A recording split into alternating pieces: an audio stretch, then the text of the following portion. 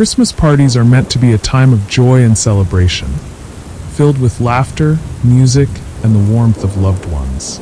But sometimes, beneath the twinkling lights and holiday cheer, lurks a darkness you can't escape. Imagine an uninvited guest who knows too much, a gift that hides something sinister, or a night that starts with laughter but ends in sheer terror. These aren't just stories, they're real, and they'll make you question if you're truly safe this holiday season. Brace yourself for the 5 most disturbing Christmas party horror stories that will haunt you long after the holidays are over.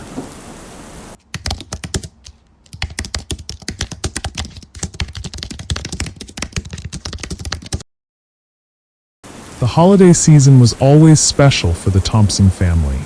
Every year, they hosted a large Christmas party at their farmhouse, deep in the countryside. It was a tradition that everyone in their circle eagerly awaited: good food, laughter, and the warmth of the season. This year, however, things would be different. The farmhouse, decorated with a beautiful tree and twinkling lights, was filled with friends and family. The sound of Christmas carols echoed from the speakers, and the table was set with all sorts of delicious treats. As the night wore on, everyone was enjoying themselves, sipping wine and exchanging stories around the fireplace. But as the clock struck midnight, something strange happened. The doorbell rang. Everyone paused. The guests glanced at one another, puzzled. Who could it be? They hadn't been expecting anyone else. The party was small, intimate. No one had been invited at the last minute. But when the doorbell rang again, the host, Robert Thompson, decided to answer it. When he opened the door, a chill swept through the house. Standing in the doorway was a man, tall and gaunt, wearing a faded green coat and an old woolen scarf. His face was pale, his eyes sunken, and his hair was unkempt. He didn't say a word. He simply stared at Robert with an unsettling, blank expression. "Can I help you?"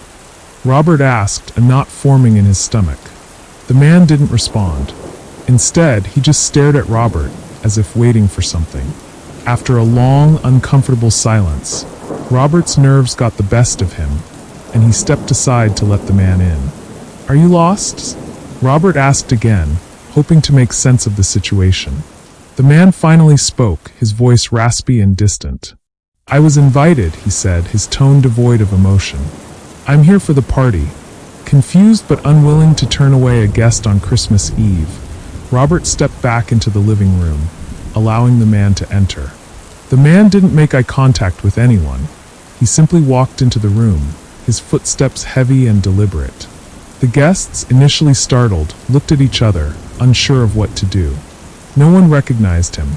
He didn't belong here. The awkwardness grew, but they didn't want to seem rude. After all, it was Christmas. The man took a seat near the fire, staring into the flames. His presence was uncomfortable, his silence unsettling.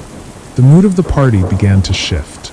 People started to avoid eye contact, and small conversations died down. But as the evening went on, things grew even stranger.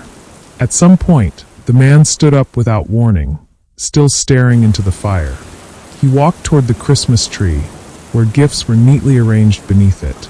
He didn't seem to care that no one had invited him to open any presents. His eyes were fixed on one particular gift. It was a small, wrapped box with no name on it, just a simple gift. The man reached down, picked it up, and held it in his hands as if it were the most important thing in the world. He didn't look at anyone. He just stared at the gift, his fingers twitching around the edges of the paper. "Don't open it," someone whispered from across the room. But it was too late. The man tore into the wrapping paper, revealing an old, cracked wooden box inside. As soon as the lid was opened, a foul, rotten smell filled the room. The guests recoiled, their faces wrinkling in disgust. But that wasn't the worst part. Inside the box was a collection of grotesque, handmade figurines, each one twisted and deformed. Some looked like creatures from nightmares, with eyes that seemed to follow you. Others resembled skeletal humans, and one even looked like a child, its face contorted in pain. The man ran his fingers over the figurines, his expression blank. The atmosphere in the room grew cold, and the fire in the hearth flickered unnaturally, as if something was drawing the heat away. Then a voice, a low whisper, echoed in the minds of the guests. "You shouldn't have let him in." Suddenly, the power cut out, plunging the house into darkness. The guests screamed, panic setting in as they scrambled to find their phones and flashlights. But even in the dim light, they could see the man, standing there, still holding the box, staring at them with an intensity that made their skin crawl. When the lights flickered back on, the man was gone. The door was open, wide enough for a cold wind to blow through the room. But the stranger wasn't outside. There was no trace of him, no footprints in the snow, no sign of him anywhere. As the night went on, the guests tried to convince themselves it had all been some strange, unsettling incident, perhaps a prank, or someone who had lost their way. But when they checked the box, the figurines were gone. The box itself, empty and scratched as if something had tried to claw its way out, sat in the middle of the floor. The guests were left in utter silence, the terror hanging heavy in the air. The next morning, when the family began cleaning up, they found the strangest thing. One of the figurines was left behind, sitting on the mantel, staring out at them with its hollow eyes. No one could explain how it had ended up there, but no one dared touch it. The Thompson family never spoke of that night again. Every year, when Christmas came around, the farmhouse was empty, the lights dimmed, and the door never opened to strangers. No one knew who the uninvited guest had been, or what he had left behind, but one thing was certain: the party would never be the same again.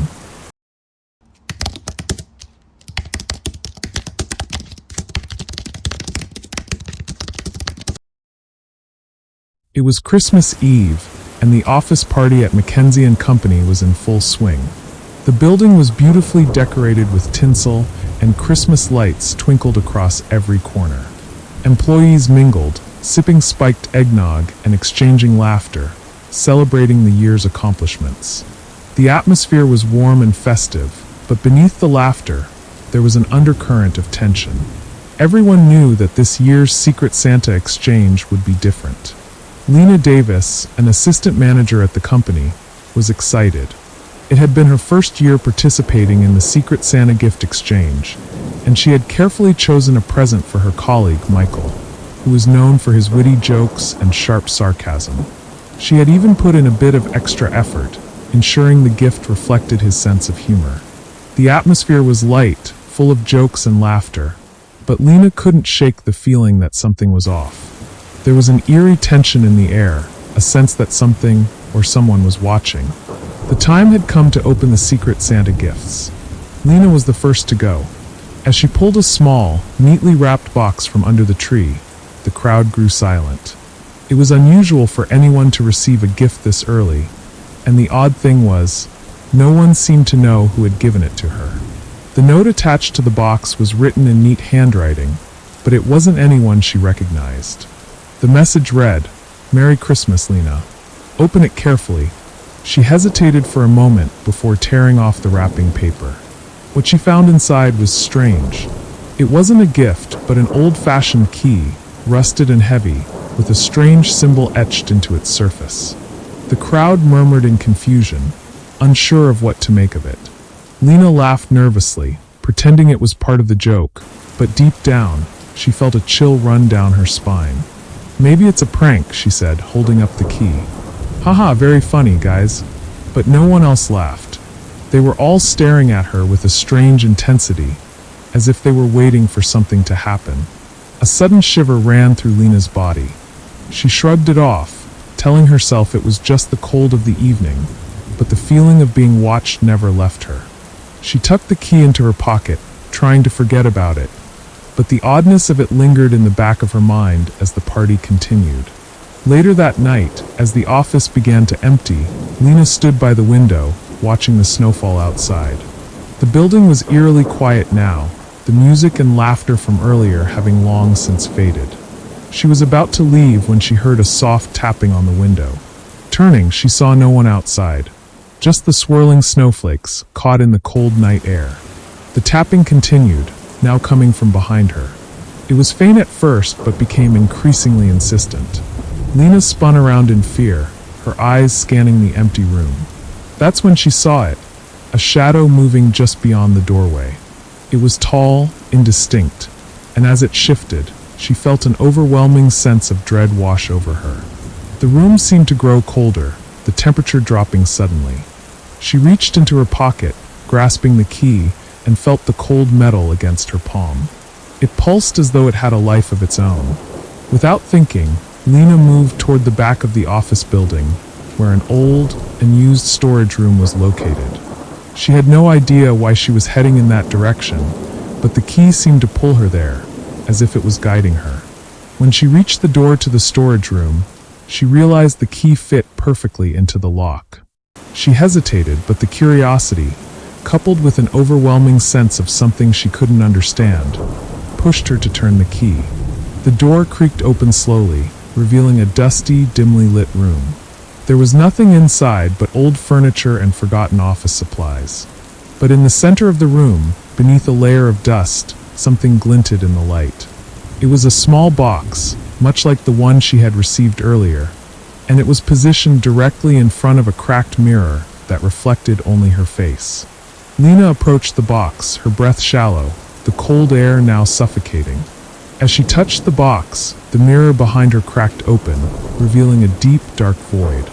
She tried to pull her hand away, but it was as if the box was holding her captive. Her fingers tightened around it, and her heartbeat thundered in her chest. Suddenly, the room grew impossibly cold. The whispers began, low at first, then louder, becoming indistinguishable, swirling in a language she couldn't understand. Lena turned to flee, but when she reached the door, it slammed shut with an unnatural force. The whispers became screams, and a shadow appeared in the mirror, its face twisted and obscured. The figure moved closer, its form becoming clearer, its eyes glowing with an otherworldly hunger. Lena screamed, but no sound came out. The door wouldn't budge. The key, now burning in her hand, had seared into her skin. The darkness in the room enveloped her, and just as she thought she couldn't breathe anymore, the figure lunged. The office building was silent the next morning. The lights were off, and the front door was locked. When Lena's co-workers arrived, they found her desk perfectly intact, but Lena was missing. No one had seen her leave, and there were no signs of struggle, except for a single, rusty key left on her desk. Years passed, and the story of Lena's disappearance became a haunting legend at Mackenzie and Company. No one could explain what happened, but every Christmas Eve, the tapping would return. And if you listened closely enough, you could hear whispers coming from the old storage room, echoes of a secret Santa gift that was never meant to be opened.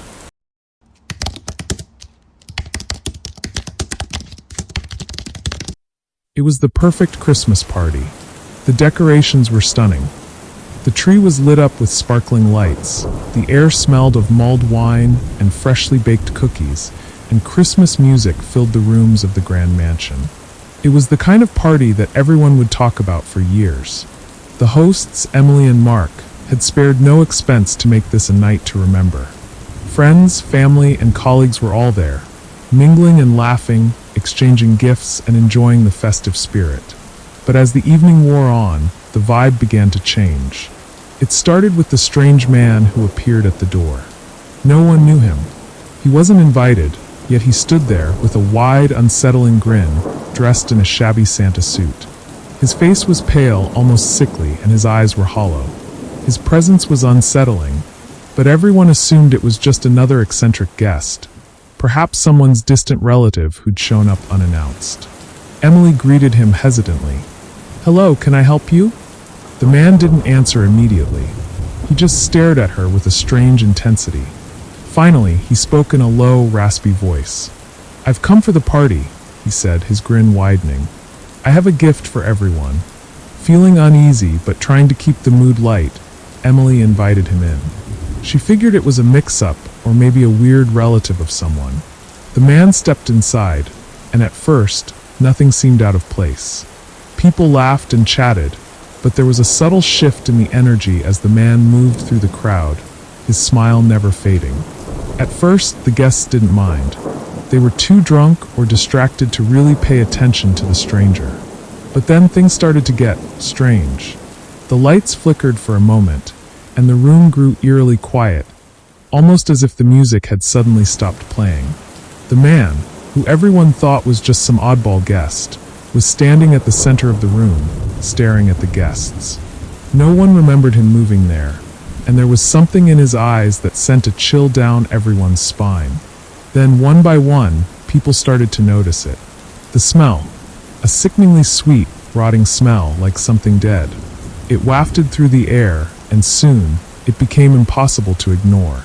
The guests shifted uncomfortably, trying to cover their noses, but it only seemed to grow worse. Suddenly, a loud crash interrupted the uncomfortable silence. Mark, Emily's husband, rushed into the room, his face pale. "The kitchen, it's flooded," he said, his voice shaky. "And there's blood." Panic swept through the room as people began to run toward the kitchen, only to stop dead in their tracks. There, in the center of the floor, were piles of gifts, all torn open, their contents spilling out onto the ground. But that wasn't what caused the terror in their eyes. It was the blood, dark, thick blood, pooling around the gifts. The man in the Santa suit was now standing in the doorway to the kitchen, grinning wider than ever. "It's all part of the gift," he said, his voice disturbingly calm. One of the guests, a young woman named Sarah, screamed and backed away, her hands shaking. "Who are you? What did you do?" The man chuckled, his voice echoing eerily through the room. "I'm just here to spread some holiday cheer. You wanted a party, didn't you? This is the gift that keeps on giving." Emily, terrified, tried to make sense of what was happening. The strange man was no longer just a creepy guest. He was something far more sinister. And then the worst part. His eyes began to glow, an unnatural fiery red, and his grin stretched impossibly wide. It was as if his face was stretching, contorting, becoming something monstrous. Without warning, the man lunged forward, his hand outstretched, fingers sharp and jagged like claws. The guests screamed and ran in every direction, but the man was everywhere, appearing in the mirrors, in the windows, behind people. It was as if he was never truly human. Emily rushed toward the door, trying to escape, but it slammed shut in front of her. The last thing she heard before the power went out completely was the man's voice, now twisted into a horrifying growl. "Merry Christmas," he hissed. The power flickered back on, but the man was gone. The room was silent except for the sound of frantic breathing and the smell of decay hanging heavy in the air. When the police arrived the next morning, they found the house in ruins. The blood was gone, and the kitchen was spotless, with no trace of the destruction that had occurred hours earlier. The guests were all shaken, but no one had seen the man leave. There was no sign of him anywhere. The strange man in the Santa suit was never found. The party guests returned to their homes, haunted by the terrifying events of the night, but no one dared speak of it again. To this day, every Christmas Eve, Emily and Mark's home sits empty, abandoned. Some say the man still watches, waiting for another party to crash, another gift to deliver. And if you're ever in the area, some say you can hear the faint sound of a jolly laugh in the distance. But it's not the laugh of someone you'd want to celebrate with.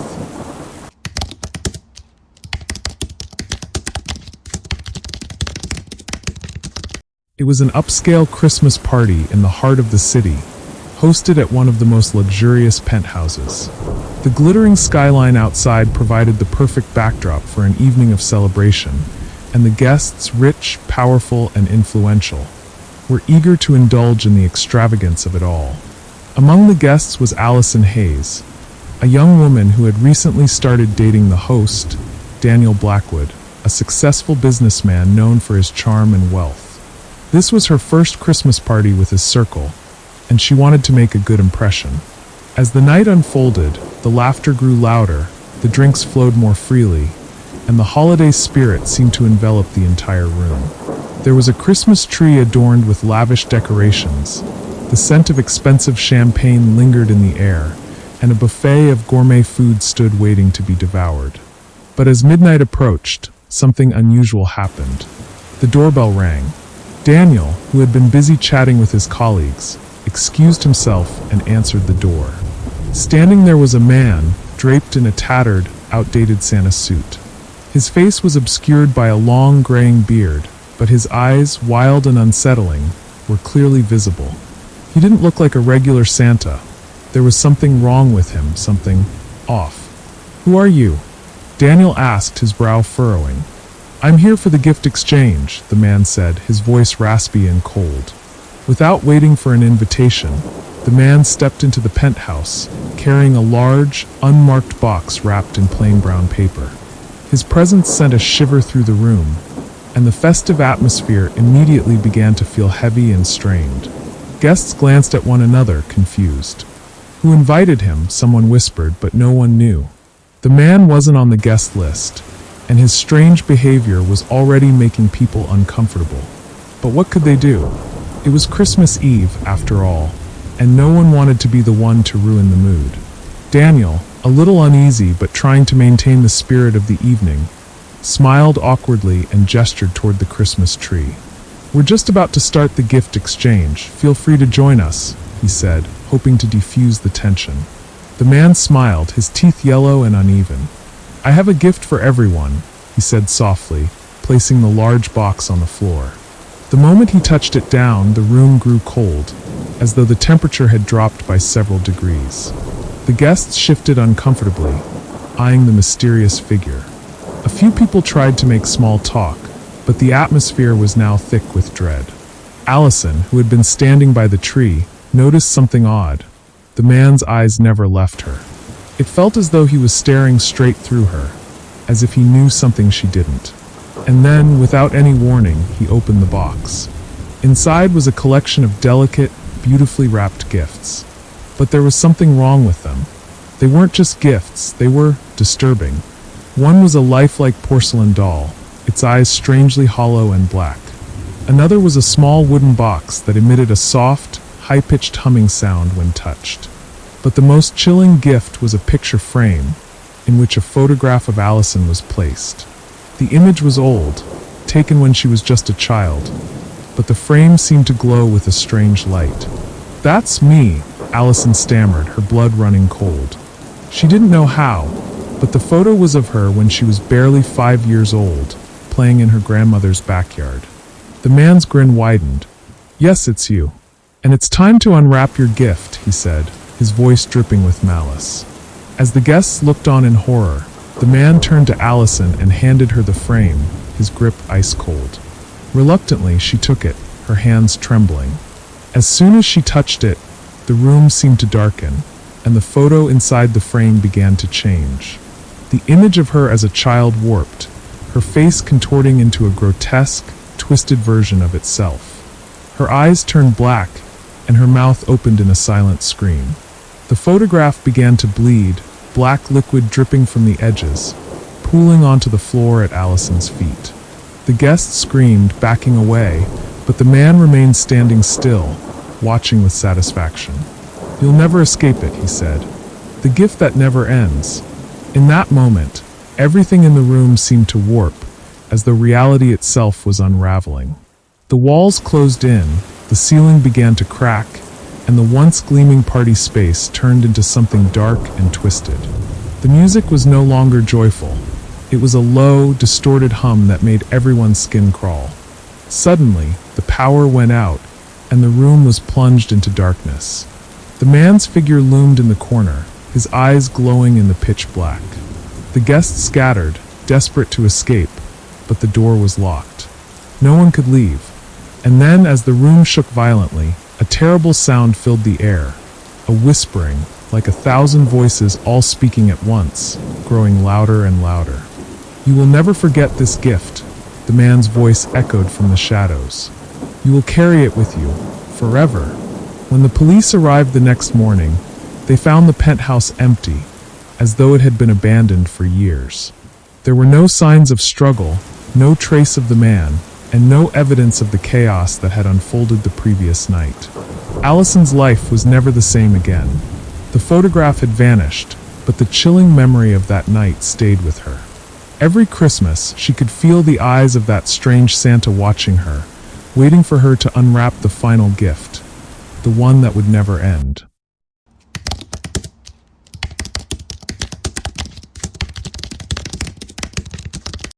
It was Christmas Eve in the quiet suburban neighborhood of Maplewood. The Marshall family's home was aglow with festive lights, and the scent of pine and cinnamon filled the air. Inside, laughter echoed as friends and family gathered around the fireplace, sipping hot cocoa and exchanging gifts.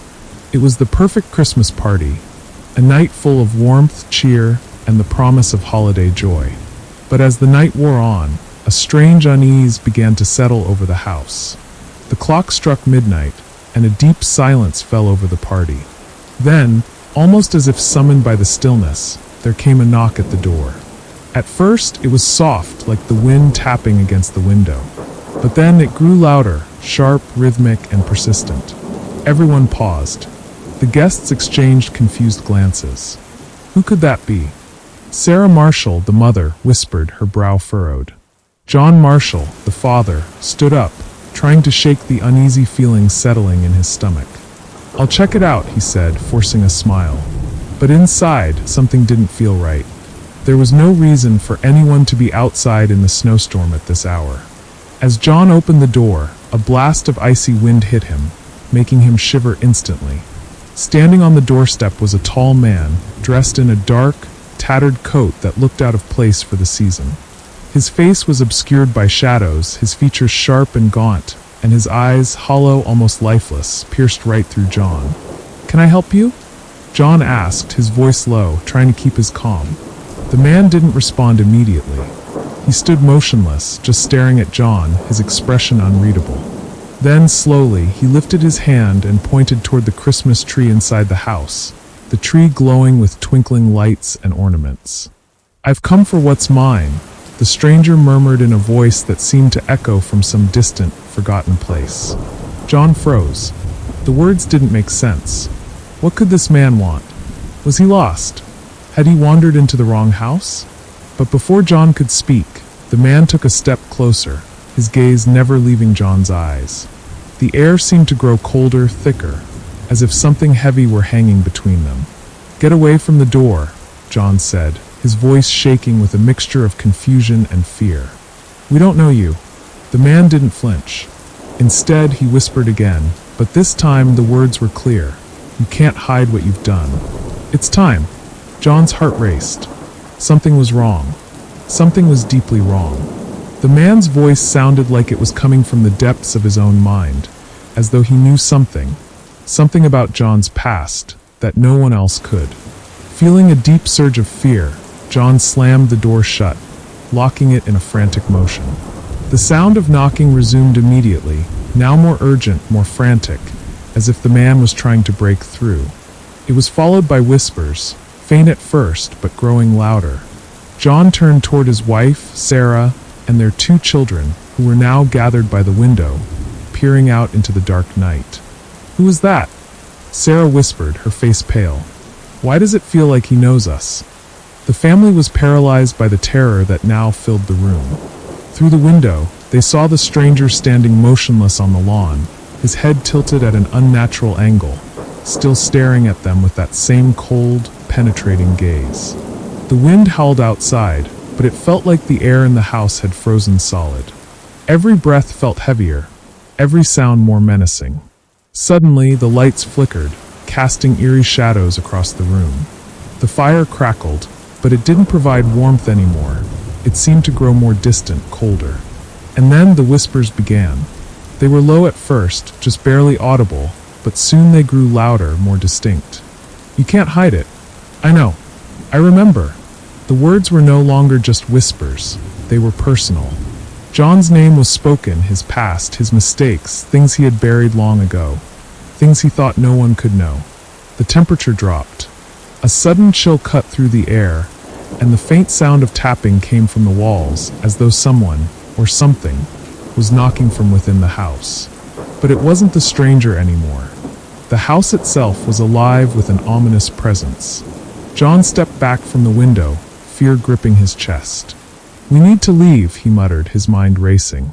But when he opened the door again, the stranger was gone, vanished without a trace.